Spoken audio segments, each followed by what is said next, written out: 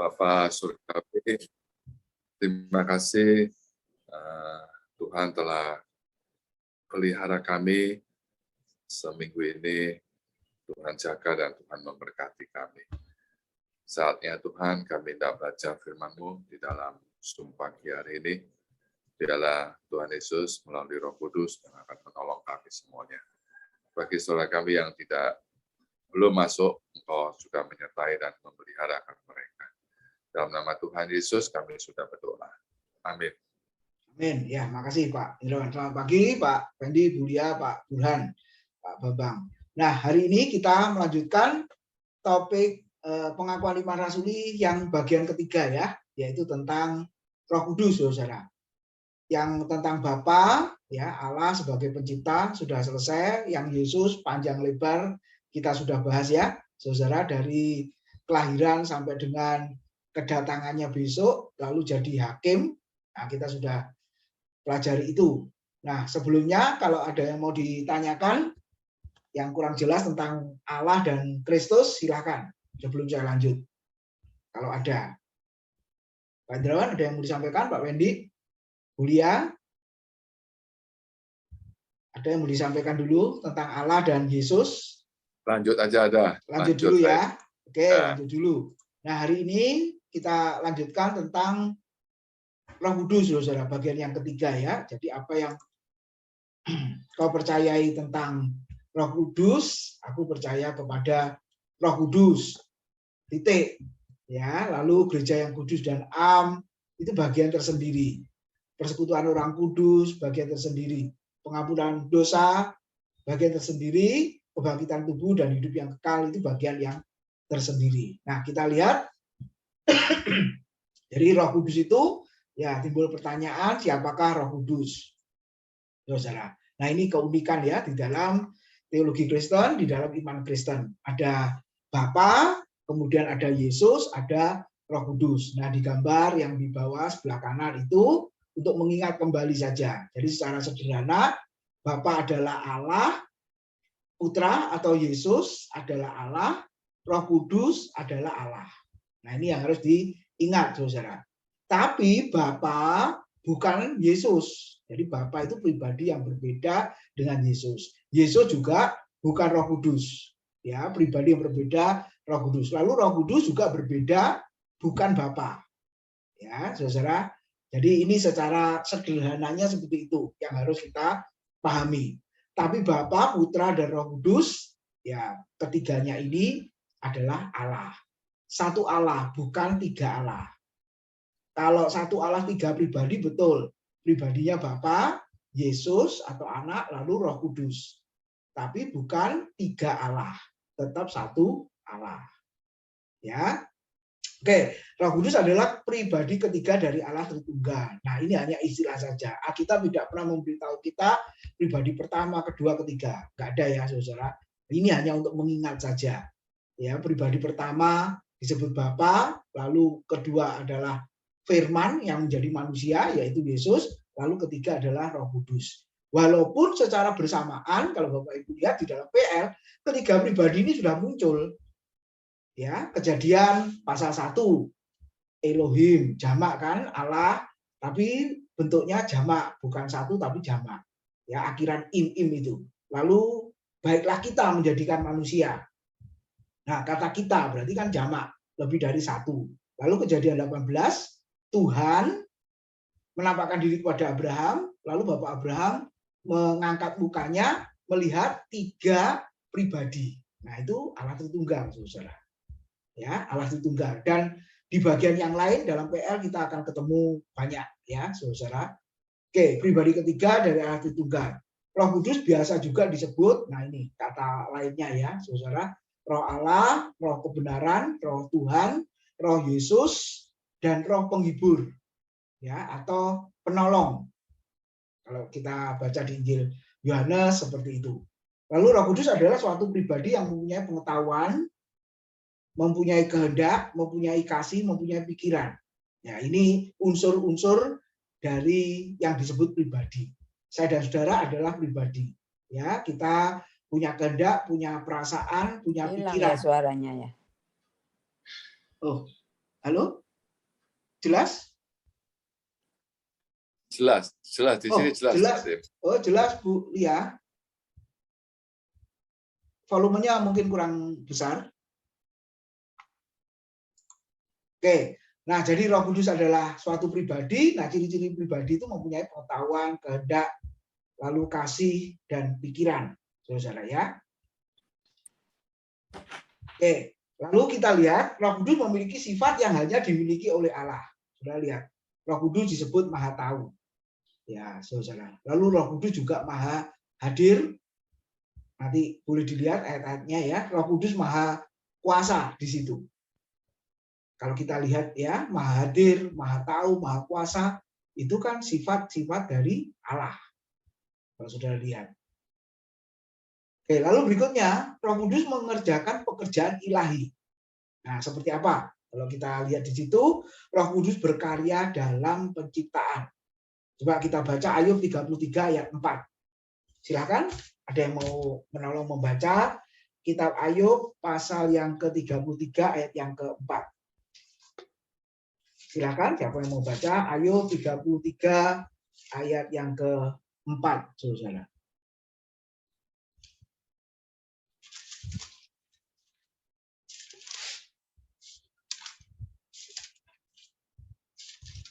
Ya, silakan Pak.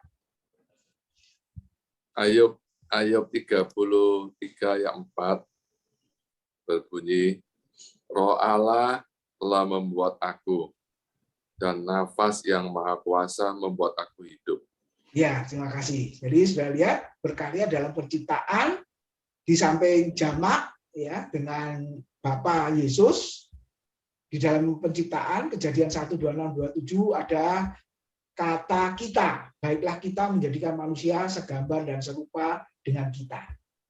Nah, ingat itu secara rohani punya sifat moral, ya etika sosial seperti Allah. Punya pengetahuan, nah ini yang membedakan ya manusia dengan ciptaan yang lain. Karena dikatakan oleh Mazmur pasal 8 bahwa manusia itu diciptakan hampir sama seperti Allah. Nah, ini saudara yang membedakan dengan yang lain.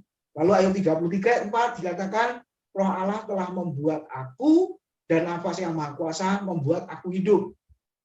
Ya, Roh Allah telah membuat aku dan nafas yang maha kuasa membuat aku hidup. Jadi Ayub menyadari bahwa Roh Allah juga menciptakan ya dirinya, saudara. Oke, yang kedua dalam 2 Timotius 3:16, 2 Petrus 1:21 itu ayat yang terkenal, ya saudara, itu berhubungan dengan pengilhaman kitab suci. Makanya Alkitab itu beda dengan buku-buku yang lain, saudara ya. Kenapa? Karena pekerjaan Roh Allah di situ yang memberikan ilham, ya wahyu kepada penulis kitab, yaitu para nabi dan para rasul.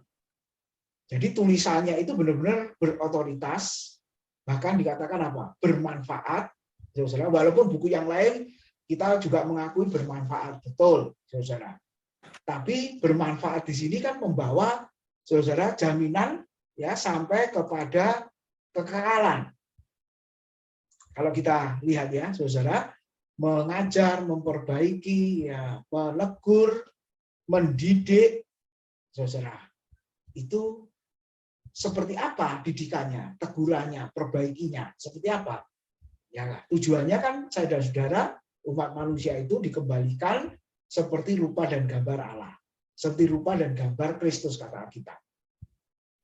Nah, jadi firman Tuhan yang kita dengar, yang kita pelajari, saudara, itu harusnya selalu dan terus-menerus membentuk hidup kita, memperbaiki, mengoreksi, mengubah hidup kita untuk semakin baik, semakin berkenan di hadapan Tuhan.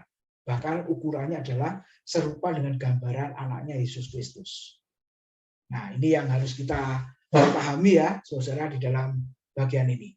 Lalu yang ketiga, nah ini yang penting, saudara, Roh Kudus mengerjakan pekerjaan ilahi dalam hal, kalau kita lihat, berkarya dalam kelahiran baru seseorang. Ya, Yohanes 1, 12, 13, lalu pasal 3, ayat 3, ayat 5, 6, dan ayat yang ke-7, kalau kita lihat, saudara, di situ, angin ya berembus kita bisa merasakan ada angin, hembusan angin. Tapi kita tidak tahu dari mana dia datang. Ya, itu ilustrasi yang dipakai oleh Yesus ya, saudara. Demikian juga ya orang yang dilahirkan dari roh, katanya seperti itu. Artinya apa? Mungkin tidak tahu kapan, saudara ya, tetapi ada dampaknya, ada pengaruhnya. Ya, kalau kita belajar, kita melihat di situ, ya pengaruhnya apa? Ada keubahan hidup, ya, ada perubahan hidup, perubahan sifat, ya, karakter, saudara ya. Supaya apa? Semakin hari semakin Kristus, seperti Kristus. Nah, kalau kita lihat, karena kita adalah anak-anak Allah, jadi ya mesti namanya anak harus mirip dengan bapaknya. Saudara ya, kalau tidak mirip bapaknya berarti bukan anaknya, karena dia anaknya tetangga. Jadi ini yang harus kita ingat. Jadi ada dua bapak ya, Allah atau iblis, kata Yohanes 8 ayat 44. Iblislah yang menjadi bapamu. Nah, jadi orang-orang Yahudi masa itu mengakui anak-anak Allah, anak-anak Abraham. Namanya anak Abraham kan berarti kelompok orang yang beriman ya, kelompok orang yang percaya. Tapi ternyata praktek hidupnya bukan sekedar tidak percaya lagi, tapi jahat, saudara. Makanya sampai Yesus berkata, Abraham bukan bapamu. Kalau begitu, iblislah yang menjadi bapamu. Karena engkau penipu, pembunuh, ya, membinasakan. Berapa kali Yesus diancam dengan pembunuhan, mau dilempari dengan batu sampai mati, walaupun akhirnya juga dia mati. Nah, apakah pantas orang yang seperti itu, saudara, dikatakan anak-anak Bapa? Enggak, saudara. Ya, jadi bapaknya bukan Allah, tapi iblislah yang menjadi bapaknya. Karena kelakuannya mirip dengan si iblis, kata Tuhan. Ya, membunuh, membinasakan, merampok, dan lain sebagainya. Oke, yang ketiga sekarang, Roh Kudus setara dengan Bapa dan Anak. Ini yang harus kita ingat ya, saudara. Yesus itu setara, Filipi pasal 2, yang walaupun dalam rupa Allah tidak menganggap kesetaraan dengan Allah sebagai milik yang harus dipertahankan. Nah, jadi Bapa dengan Yesus setara. Lalu Roh Kudus juga setara, saudara, dengan Bapa dan dengan Yesus. Walaupun Roh Kudus bukan Bapa, Roh Kudus bukan Yesus, tapi soal kedudukan setara, yaitu sama-sama sebagai Allah kalau kita lihat. Nah, satu contoh Kisah Rasul 5 ayat 3 sampai 4. Kita ingat peristiwa Ananias dan Safira ya. Saudara, ketika dikatakan engkau mendustai Roh Kudus. Nah, dusta terhadap Roh Kudus adalah sama juga dusta terhadap Allah. Saudara ya, kalau kita lihat di dalam bagian itu. Nah, itu artinya setara. Lalu yang kedua, saudara, nama Roh Kudus disetarakan juga dengan nama Bapa dan Anak. Terutama di dalam baptisan ya. Di dalam Matius 28 ayat 19 dikatakan, karena itu pergilah, jadikanlah semua bangsa muridku, dan baptilah mereka dalam nama Bapa dan Anak dan Roh Kudus. Perhatikan, nama tunggal. Bukan dalam nama-nama, bukan, saudara. Bahasa Yunani-nya onoma juga tunggal. Ya, kita yang harus ingat. Berarti ini menunjukkan bahwa satu. Ya, nama Bapa dan Anak dan Roh Kudus, bukan atau Anak atau Roh Kudus. Nah, kalau atau kan berarti bisa mewakili, saudara. Tapi ini dan, berarti dan kan berarti soal jumlah ya. Kalau saudara lihat, berarti ada Bapa, ada Anak, ada Roh Kudus. Jadi lihat ya, nama Bapa dan nama dan Anak dan Roh Kudus. Kalau kita lihat, setara juga namanya. Lalu dalam doa berkat dikatakan, kasih karunia Tuhan Yesus Kristus dan kasih Allah, dalam hal ini Bapa, dan persekutuan Roh Kudus menyertai kamu sekalian. Jadi memang ada 3 pribadi yang masing-masing pribadi itu adalah setara. Lalu berikutnya, Roh Kudus itu merupakan pribadi yang memiliki 3 sifat yang membuktikan kepribadiannya. Tadi sudah saya singgung, yaitu memiliki pikiran, memiliki kehendak, memiliki perasaan. Nah, ini ciri khas dari pribadi. Nah, sekarang kita lihat pekerjaan dari Roh Kudus apa? Sudah lihat. Nah, untuk mempermudah, kita membedakan pekerjaan atau karyanya, saudara. Yang pertama, sudah perhatikan, Roh Kudus di situ dikatakan melahirkan baru. Tidak pernah Yesus melahirkan baru. Tidak pernah Allah Bapa melahirkan baru. Nah, ini untuk mempermudah ya, saudara. Untuk memperjelas pemahaman kita tentang Tritunggal, yang pertama kita bisa membedakan karya-karyanya, saudara, yang berbeda. Ya, yang pertama dikatakan melahirkan baru. Ini murni 100% pekerjaan dari Roh Kudus. Bapa dan Yesus tidak. Kalau kita ingat yang kemarin kita belajar, Bapa pekerjaannya memanggil dan memilih. Benar ya, saudara? Memanggil dan memilih gereja orang percaya sebelum dunia dijadikan. Nah, itu Bapa, saudara. Lalu Yesus apa karyanya? Menebus. Mati di atas kayu salib. Tidak pernah Bapa yang mati atau Roh Kudus yang mati. Ini yang harus diingat ya. Nah, artinya manusia dilahirkan secara baru dengan diberikan kehidupan yang baru. Ditanamkan, diberikan kehidupan yang baru. Apa artinya? Diberikan natur yang baru. Malah ada satu buku yang berkata, sebenarnya yang diubah dalam hidup kita ini apanya? Kalau secara fisik jelas tidak ya, Bapak Ibu Saudara. Sebenarnya yang diubah, yang Roh Kudus berkarya itu apa dalam hidup kita, saudara-saudara? Yaitu kehendak. Ya, kehendak yang diperbarui. Lebih mengerucut lagi, kehendak yang seperti apa? Ketika manusia jatuh dalam dosa, kehendaknya rusak dalam arti tidak mengikuti kehendak Allah, tapi kehendak nafsu, kehendak kedagingan, kehendak dosa, kehendak si jahat. Benar ya, saudara? Tidak ada keinginan untuk mencari Tuhan, ya, keinginan untuk beribadah pada Tuhan, gairah atau semangat untuk datang kepada Tuhan, itu tidak ada ketika berdosa. Makanya ketika Roh Kudus dikatakan melahirkan baru, maka Roh Kudus itu memperbarui kehendak orang berdosa. Sehingga berubah total dari kehendak yang mengikuti keinginan daging dan hawa nafsu, serta keinginan si jahat, lalu berubah total memiliki kehendak untuk mencari Tuhan, berdoa, saudara ya, datang kepada Tuhan. Nah, ini harus ingat. Makanya saya sangat sedih sekali ketika orang yang mengaku Kristen, percaya Yesus, sudah lahir baru, tidak punya gairah, tidak punya semangat, ya, tidak punya passion untuk beribadah kepada Tuhan, melayani. Saya sedih sekali. Kemarin waktu doa malam itu, saudara ya, Pak Halim kan ditanya ya sama Pak Haryono kalau nggak salah, gimana kebaktian di gerejanya, saudara? Secara onsite, ya, secara langsung.